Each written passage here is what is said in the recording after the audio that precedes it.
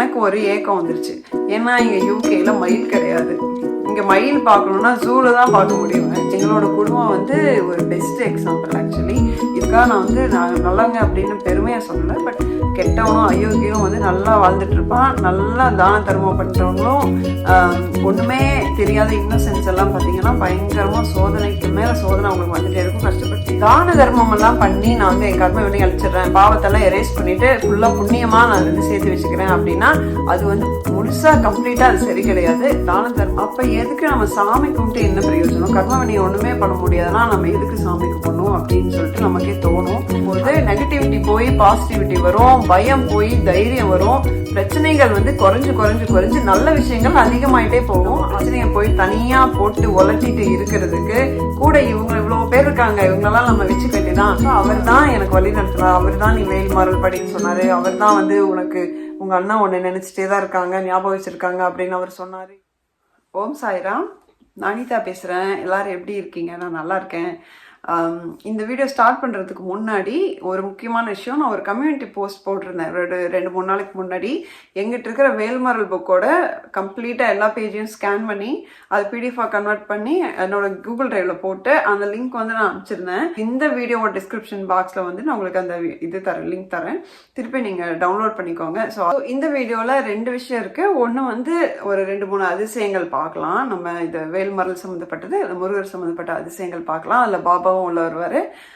இன்னொன்று செகண்ட் வந்து நீங்கள் தமிழில் பார்த்து அந்த சப்ஜெக்ட் கொஞ்சம் ஹெவி சப்ஜெக்ட் தான். பட் அதுக்கு வந்து நான் ஒரு சப்ஸ்கிரைபர் கேட்ட கேள்விக்கு என்னோட பதில் என்ன, அது உங்களுக்கெல்லாம் எப்படி பொருந்தும், உங்கள் லைஃப்பை வந்து எப்படி அது சேஞ்ச் பண்ணும் பாசிட்டிவா அப்படிங்கிறத வந்து நீங்கள் அதில் பார்க்கலாம். வீடியோ ஸ்கிப் பண்ணிடாதீங்க. ஸோ இன்னொரு வாட்டி வீடியோக்குள்ளே போகிறதுக்கு முன்னாடி அந்த லைக்கையும் சப்ஸ்கிரைபையும் கொஞ்சம் மறந்துடாதீங்க. சப்ஸ்கிரைப் பண்ணிக்கோங்க. நிறைய பேர் 95% பீப்புள் வந்து சப்ஸ்கிரைப் பண்ணாமல் தான் பார்த்துட்டு இருக்கீங்க ஆக்சுவலி. அதனால் தயவுசெய்து சப்ஸ்கிரைப் பண்ணிக்கோங்க. ஏன்னா நம்ம சேனல்லேருந்து கண்டென்ட் வந்து எப்போவுமே குவாலிட்டியாக தான் இருக்கும், அதுக்கு நான் கேரண்டி. அதனால் வந்து நீங்கள் யோசிக்காமல் நீங்கள் சப்ஸ்கிரைப் பண்ணிக்கலாம். ரொம்ப தேங்க்ஸ். இப்போ வீடியோக்குள்ளே போகலாம். ஸோ இன்றைக்கி 2 சப்ஜெக்ட்டு. ஒன்று வந்துட்டு மிராக்கிள், எப்படின்னா வேல்மாறல் முருகர் சம்மந்தப்பட்டது, அதில் பாபாவும் உள்ள வருவார். ஸோ வந்து ஒரு சப்ஸ்கிரைபருக்கு நடந்தது பார்க்க போகிறோம். அந்த பொண்ணு வந்து என் வாட்ஸ்அப் நம்பர் வாங்கிட்டு கமெண்ட் வழியாக எனக்கு அப்புறம் பிங் பண்ணியிருந்தாங்க. எனக்கு ஒரு ஃபோட்டோ அனுப்பிச்சாங்க ஆக்சுவலி. அவங்க ஆக்சுவலி என்னன்னா ஃபஸ்ட்டு பாபா டிவோட்டி. அவங்க பாபா தான் கைட் பண்ணியிருக்காரு. இது மாதிரி முருகரை கும்பிட்டு வேல்மாறல் படி அப்படின்னு சொல்லிட்டு கைட் பண்ணியிருக்கேன். இப்போ வேல்மாறல் பூஜை பண்ணியிருக்காங்க. அப்போ வந்து ஒரு ஃபோட்டோ அவங்க எடுத்திருக்காங்க. எடுத்துக்கும் போது அவங்களுக்கு சம்திங் ஏதோ ஃபீல் ஆயிருக்கு. அது எனக்கு அனுப்பிச்சி விட்டாங்க. இது என்னன்னு பார்த்து சொல்லுங்க அப்படின்னு சொன்னாங்க. நான் பார்த்தோன்னே எனக்கு உடனே தெரிஞ்சிருச்சு, இல்லை இது பாபா தான் வந்திருக்காரு. ஸோ வேல் மேலே பாபா வந்திருப்பாரு ஆக்சுவலி. அந்த ஃபோட்டோ காட்டுற பாருங்க. இதில் நல்லா பார்த்தா பின்னாடி வேலுக்கு பின்னாடி சைடில் உட்காந்துட்டு இருக்கிற பாபாவே தான் வேலுக்கு முன்னாடி வந்து அப்பியர் ஆயிருப்பாரு. அது அந்த பார்த்தீங்கனாலே ஏதோ இந்த ட்வின்ஸ் மாதிரி இருக்கும். பார்த்தீங்கன்னா ட்வின்ஸ் 2 பேர் ஒரே மாதிரி உட்காந்துட்டு தான் எப்படி இருக்கும் அந்த மாதிரி இருக்கும். இது ஒன்று. அடுத்தது எனக்கு நடந்தது ரீசெண்டாக. நம்ம கமெண்ட்ஸில் தாறுமாறு எல்லாரும் வந்து எனக்கு மயில் வந்தது, கனவு வந்தது, நான் கோயிலுக்கு போயிட்டு வந்தேன் அப்படின்னு சொல்லிட்டு சில ஸ்க்ரீன்ஷாட்ஸ் இதுலேயே போடுறேன் பாருங்க. நிறைய பேர் வந்து நான் எல்லா ஸ்க்ரீன்ஷாட்டும் எடுக்க முடியல ஆக்சுவலி, கொஞ்சம் தான் எடுத்திருக்கேன். ஸோ இதெல்லாம் படித்து பார்த்தோன்னா எனக்கு ஒரு ஏக்கம் வந்துருச்சு. ஏன்னா இங்கே யூகேல மயில் கிடையாது. இங்கே மயில் பார்க்கணுன்னா ஜூவில் தான் பார்க்க முடியும் ஆக்சுவலி. அதனால எனக்கு நம்ம என்ன நினைச்சாலும் முருகராவே நினைச்சா கூட நமக்கு மயில் எங்கிருந்து வரும் அப்படின்னு சொல்லி நான் யோசிச்சுட்டு இருந்தேன். அப்போ நான் என்ன பண்ண, ஒரு நாள் வந்து தூங்குறதுக்கு முன்னாடி நைட்டு நம்ம அவனித நிலை திருப்புகள் அது படிச்சுட்டு இருந்தேன். படித்து முடிச்சுட்டு இப்படின்னு சொல்லிட்டு ஃபோனில் தான் பார்த்து படிக்கிறேன். படித்து முடிச்சு நிமிந்து பார்க்குறேன். ஒரு பூ போட்ட டிசைன் மாதிரி இருக்கும் பெட்ஷீட்டு. அந்த பெட்ஷீட் மடிஞ்சு பார்த்தீங்கன்னா அப்படியே ஒரு மயிலோட அந்த தலையாட்டம் வந்து நின்றுச்சு ஆக்சுவலி. நீங்கள் பாருங்கள், ஃபோட்டோவில் காட்டுறேன். ஆக்சுவலாக அந்த பெட்ஷீட்டில் டிசைனில் வந்து வெறும் பூ தான் இருக்குது.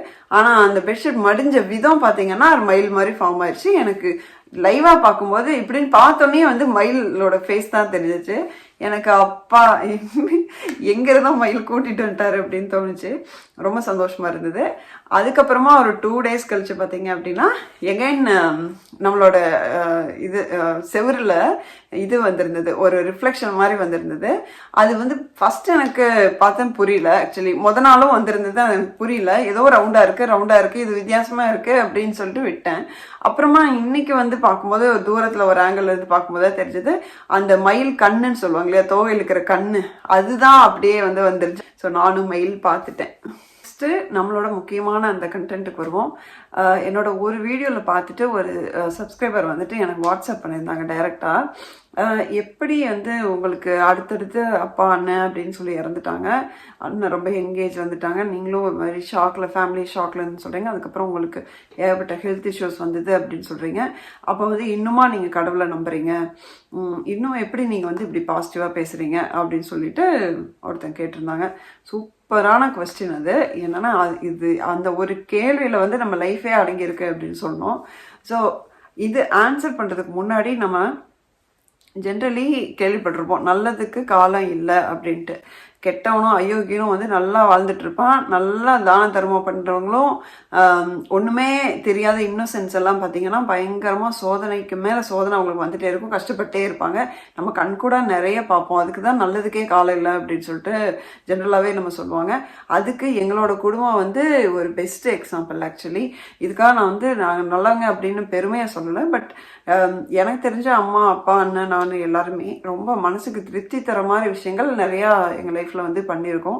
அது எப்படி சொல்கிறது, இல்லைன்னா இவ்வளோ பெரிய தண்டனை கிடைக்கிற அளவுக்கு நாங்கள் பாவம் எதுவும் பண்ணல. ஆனால் இது எப்படி நடந்துச்சு என்ன அப்படிங்கிறது நமக்கு தெரியாது. ஏன்னா அதெல்லாம் தெரிஞ்சுட்டா நம்ம மனுஷங்களே கிடையாது, ஞானி ஆயிடுவோம் ஆக்சுவலி. இப்போது எல்லாத்துக்கும் காரணம் கர்மா அப்படின்னா அப்போ எதுக்கு நம்ம சாமி கும்பிட்டு என்ன பிரயோஜனம், கர்ம வினையை ஒன்றுமே பண்ண முடியாதுன்னா நம்ம எதுக்கு சாமி கும்பிடணும் அப்படின்னு சொல்லிட்டு நமக்கே தோணும்.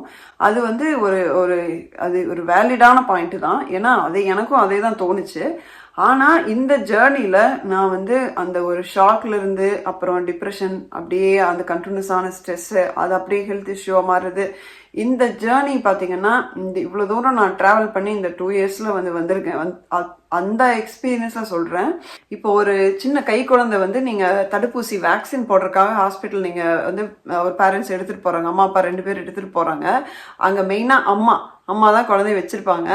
ஸோ இப்போது அங்கே போயிட்டு அந்த குழந்தைக்கு தடுப்பூசி போடுற அந்த டாக்டர் இருக்கிற அந்த ரூமில் பார்த்தீங்கன்னா அந்த குழந்தைய சும்மா உட்கார வச்சுட்டு நீங்கள் வந்துடுறீங்க, அந்த அம்மா வந்துடுறாங்க.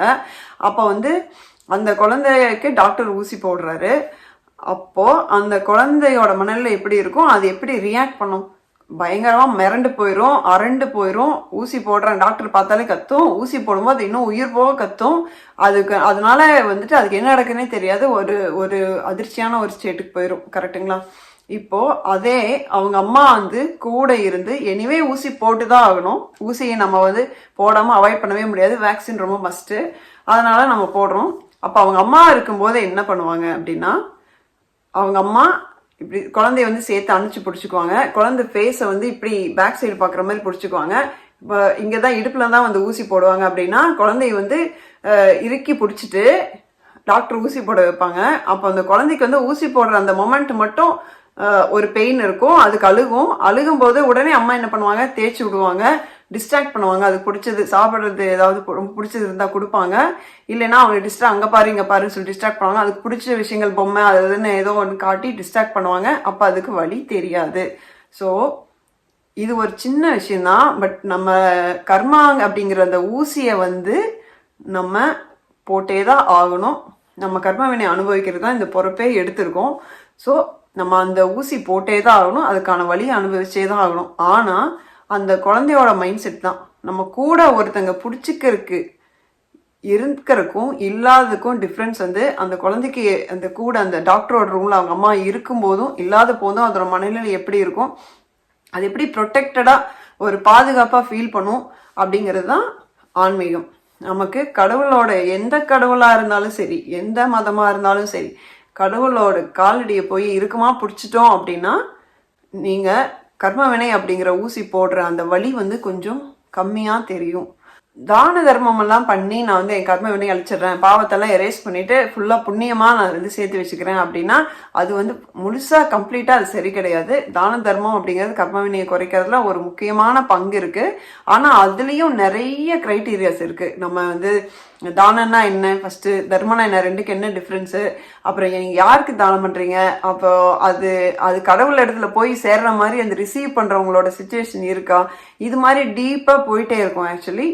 அது இல்லாமல் நமக்கு வெறும் தான தர்மம் இல்லாமல் மீதி நிறைய விஷயங்களும் இருக்கு கர்ம வினை குறைக்கிறதுக்கு. அது வந்து ஒரு கடல் மாதிரி ஒரு பெரிய சப்ஜெக்ட். மேபி அதுல வந்து சில விஷயங்கள் பத்தி மட்டும் நம்ம ஒரு வீடியோல வந்து செப்பரேட்டா அது வந்து பேசலாம். தெருவில் வந்து ஒருத்த கண்டினியூஸா பிரச்சனை பண்ணிட்டே இருக்கான், உங்களுக்கு ஒரு டார்ச்சர் கொடுத்துட்டே இருக்கான். அவனை வந்து நீங்க என்னென்னவோ சொல்லி பாக்குறீங்க, உங்களால சமாளிக்கவே முடியல. அப்ப என்ன பண்ணுவீங்க? நீங்க வந்து ஒண்ணு போலீஸ் ஸ்டேஷன் போவீங்க, இல்ல அப்படின்னா உங்களுக்கு தெரிஞ்ச உங்களோட வந்து ஸ்ட்ராங்கான இன்ஃப்ளூயன்ஸா ஒரு 4 பேர்த்து கூட்டிட்டு படையா போவீங்க. படையா போகும்போது என்ன ஆகும், அங்க போயிட்டு நீங்க தைரியமா உங்களோட நியாயத்தை நீங்க பேசுவீங்க, கூட அவங்களும் இருப்பாங்க, அவங்களும் கேட்பாங்க. அப்ப வந்து அவனும் பயப்படுவான் இல்லையா? அதே தான் இங்கேயும். நம்ம பிரச்சனையை போய் தனியா போட்டு ஒலட்டிட்டு இருக்கிறதுக்கு கூட இவங்க இவ்வளவு பேர் இருக்காங்க, இவங்களெல்லாம் நம்ம வச்சுக்க வேண்டியதான். வேல் இருக்கு, திருப்புகழ் இருக்கு, சச்சரிதம் இருக்கு, பாபா முருகன், சிவன் எல்லாரும் இருக்காங்க, உங்களோட ஆஸ்தான கடவுள் எல்லாரும் இருக்காங்க, குலதெய்வம் இருக்கு. நமக்கு வந்து இந்த இறை சக்தி அப்படிங்கிறது கூட இருக்கும்போது நெகட்டிவிட்டி போய் பாசிட்டிவிட்டி வரும், பயம் போய் தைரியம் வரும், பிரச்சனைகள் வந்து குறைஞ்சு குறைஞ்சு குறைஞ்சு நல்ல விஷயங்கள் அதிகமாயிட்டே போகும். அது வந்து கொஞ்சமா ஒரு ஜேர்னி, ஒரு லாங் ஜேர்னில தான் ஃபீல் பண்ண முடியும். ஓவர் நைட்ல நடக்காது. 1 வாரம் 2 வாரம் 1 மாசம் அதுக்குள்ள எல்லாமே மாதிரினா கிடையாது. அது வந்து நம்மளோட ஸ்பிரிச்சுவாலிட்டி ஜேர்னி எப்படி இருக்கோ அதே மாதிரிதான் நம்மளோட மற்ற அந்த ரிஃப்ளெக்ஷன்ஸ் எல்லாமே வந்து கிராஜுவலா கொஞ்சம் கொஞ்சமா மாறிட்டே வரும். அதை நீங்க வந்து கண்டிப்பா ஃபீல் பண்ண முடியும். நீங்க ஒரு பிரச்சனையை வந்து நீங்க எதிர்நோக்கும் போது நீங்க தனியா நம்ம மட்டும் இது இப்படி இத்தனை பிரச்சனைக்கு நடுவில் இருக்குமே அப்படிங்கிற மைண்ட் செட்ல நீங்க அப்ரோச் பண்றதுக்கும், நமக்கு கூட வந்து நம்மளோட சாமிகள் எல்லா துணையும் இருக்கு அப்படின்னு சொல்லிட்டு தைரியத்தோட அப்ரோச் பண்ணி பாருங்க. அந்த டிஃபரன்ஸ் நல்லா தெரியும். தெளிவா இருப்போம், தைரியமா இருப்போம், நல்ல முடிவுகள் எடுப்போம், நல்ல பாசிட்டிவிட்டி வந்து நம்மளோட எனர்ஜி எல்லாத்தையும் கரெக்டான வழியில யூஸ் பண்ணி அந்த பிரச்சனையை எப்படி ஹேண்டில் பண்றதுன்னு சொல்லிட்டு உங்களுக்கே வழிகள் வந்து தன்னை போல கிடைக்கும். இதுதான் நான் வந்து பர்சனலி நான் ஃபீல் பண்றது. இந்த பாசிட்டிவிட்டியும் எனக்கு அங்கிருந்தா வந்துச்சு. இதே அனிதா ஒரு 1.5 மாசம் அல்லது 2 மாசம் முன்னாடி நான் இருந்த நிலைமையே வேற, என் மைண்ட் செட்டே வேற. இத்தனைக்கும் பின்னாடி எனக்கு வந்து என்னோட பாபா இருக்காரு.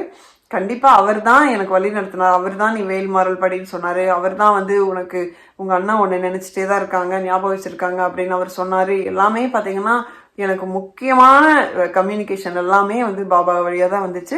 இப்பவும் அவர் வந்து எங்கிட்ட சச்சரதம் வழியா ரொம்ப க்ளோஸா கம்யூனிகேட் பண்ணிட்டு இருக்காரு. எப்பவும் இல்லாத அளவுக்கு வந்து இப்போ ரொம்ப க்ளோஸா கம்யூனிகேட் பண்றாரு. அது வந்து எனக்கு நினைச்சா அழுகை தான் வருது. என்னன்னா என்னை அவர் பாத்துக்கிறாரு அப்படிங்கிற ஃபீல் வந்து எனக்கு ரொம்ப நல்லாவே இருக்கு. ஆக்சுவலி ரொம்ப ஸ்ட்ராங்கா இருக்கு. இந்த வீடியோ பத்தி என்ன நினைக்கிறீங்க அப்படின்ட்டு உங்களோட எக்ஸ்பீரியன்ஸ், உங்களோட ப்ராப்ளம், அதை எப்படி ஓவர் கம் பண்ணீங்க, இந்த மாதிரி மற்றவங்களுக்கு தைரியம் கொடுக்குற மாதிரி சில விஷயங்கள் வந்து கண்டிப்பா உங்ககிட்ட இருக்கும். அதையும் வந்து கமெண்ட்ல போடுங்க. சப்ஸ்கிரைப் பண்ணலைன்னா தயவுசெய்து சப்ஸ்கிரைப் பண்ணிக்கோங்க, மறந்துடாதீங்க. ஒரு லைக் தட்டிடுங்க. அப்புறம் நெக்ஸ்ட் வீடியோ நம்ம வெயிட் பண்ணலாம். அது வரைக்கும் ஓம் சாய்ராம்.